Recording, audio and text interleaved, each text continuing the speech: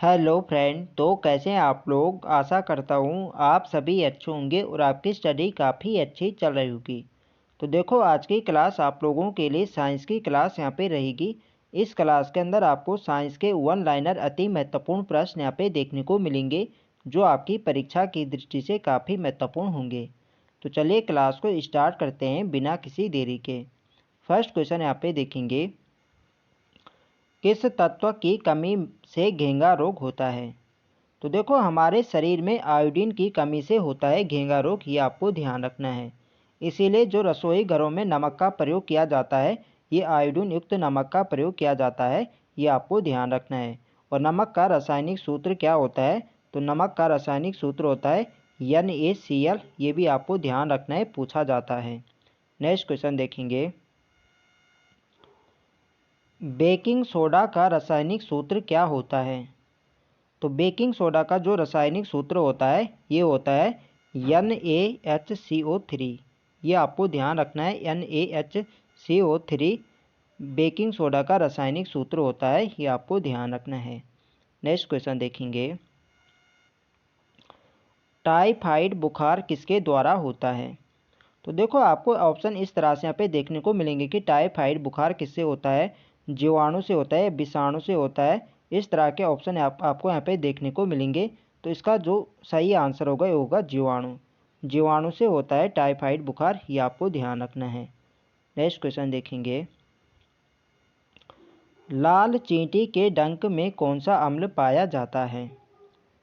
तो लाल चींटी के डंक में पाया जाता है फॉर्मिक अम्ल, ये आपको ध्यान रखना है। नेक्स्ट क्वेश्चन देखेंगे, जंग लगने पर लोहे के भार पर क्या फर्क पड़ता है। तो देखो, यदि किसी लोहे की वस्तु पर जंग लगता है तो उसका जो भार होगा वो बढ़ेगा। ठीक है, ये आपको ध्यान रखना है। यदि किसी लोहे की वस्तु पर जंग लगता है तो उसका भार हमेशा बढ़ेगा, ये आपको ध्यान रखना है। नेक्स्ट क्वेश्चन देखेंगे, मनुष्य के दांतों के अध्ययन को क्या कहा जाता है। तो मनुष्य के दांतों के अध्ययन को कहा जाता है ओडोंटोलॉजी, ये आपको ध्यान रखना है। और मनुष्य के कितने प्रकार के दांत होते हैं। तो मनुष्य के 4 प्रकार के दांत होते हैं, ये भी आपको ध्यान रखना है। और 4 प्रकार कौन कौन से होते हैं, ये होते हैं कृंतक, रदनक, अग्रचवर्णक और चवर्णक, ये भी आपको ध्यान रखना है, पूछा जा सकता है। नेक्स्ट क्वेश्चन देखेंगे, दांतों में कठोरता किसके कारण होती है। तो दांतों में जो कठोरता होती है ये होते हैं कैल्शियम के कारण, ये आपको ध्यान रखना है। नेक्स्ट क्वेश्चन देखेंगे, मानव शरीर का सबसे कठोरतम भाग कौन सा है। तो देखो, जो हमारे शरीर का जो सबसे कठोरतम भाग होता है ये होता है इनेमल। इनेमल यानी जो जबड़ा होता है, यह हमारे शरीर का सबसे कठोर भाग होता है, ये आपको ध्यान रखना है। नेक्स्ट क्वेश्चन देखेंगे, जीव विज्ञान का जनक किसे कहा जाता है। तो जीव विज्ञान का जनक अरस्तु को कहा जाता है, ये आपको ध्यान रखना है। तो देखो फ्रेंड्स, ये सभी क्वेश्चन यहाँ पे प्रीवियस ईयर क्वेश्चन है जो किसी न किसी एग्जाम में पूछे जा चुके हैं। तो देखो, मैंने आप लोगों के लिए सिलेक्टेड और इम्पोर्टेंट क्वेश्चन यहाँ पे लिए हैं, वही क्वेश्चन यहाँ पे लिए हैं जो आपकी परीक्षा की दृष्टि से काफ़ी महत्वपूर्ण रह सकते हैं। तो वीडियो पसंद आ रही तो फ्रेंड्स वीडियो को लाइक करें, शेयर करें, और जो लोग चैनल पर नए हैं चैनल को सब्सक्राइब करें। नेक्स्ट क्वेश्चन है हमारा, किस हार्मोन के स्रावित होने से हृदय की गति बढ़ जाती है। तो एड्रीनेलिन हार्मोन के स्रावित होने से हृदय की गति बढ़ जाती है, ये आपको ध्यान रखना है। नेक्स्ट क्वेश्चन देखेंगे, जीवाणु की खोज सर्वप्रथम किसने करी थी। तो जीवाणु की खोज सर्वप्रथम ल्यूवेनहॉक ने करी थी, ये आपको ध्यान रखना है।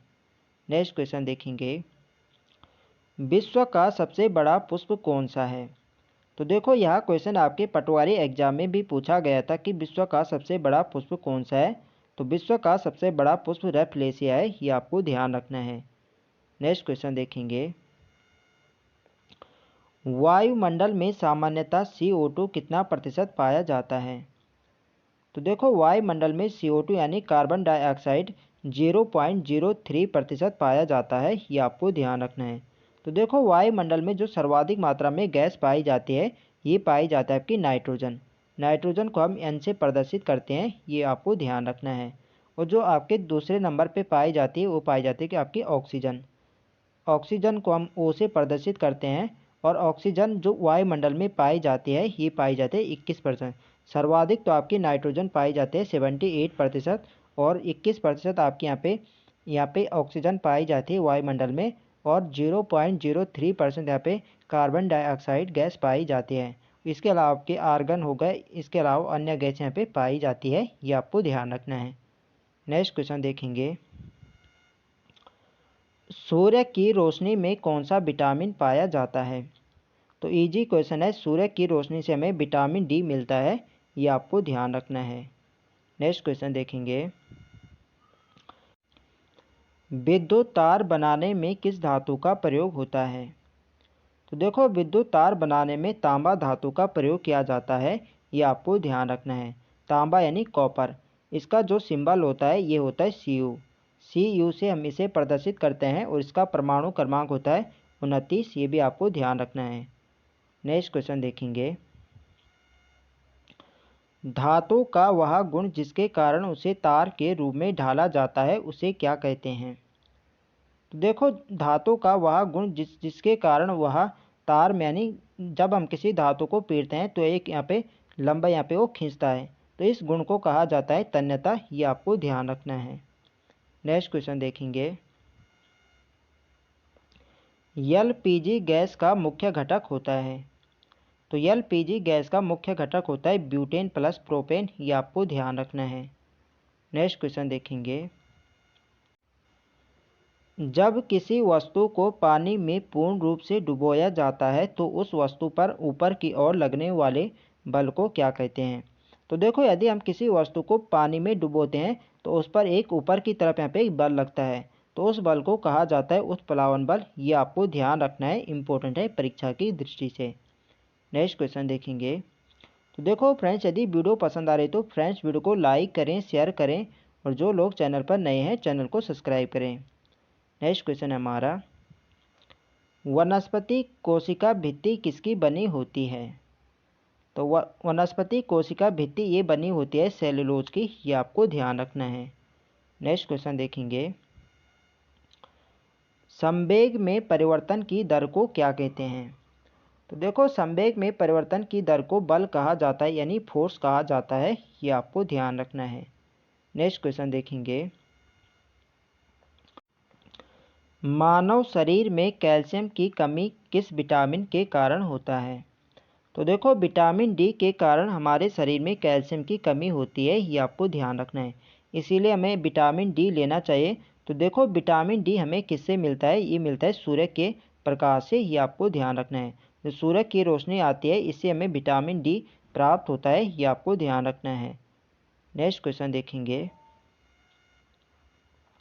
विटामिन किस भाषा का शब्द है?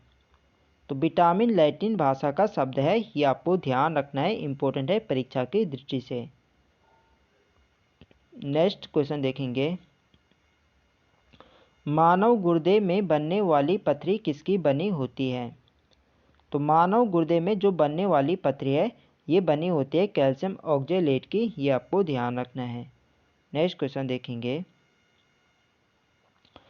मनुष्य की खोपड़ी में कितनी हड्डियां होती हैं?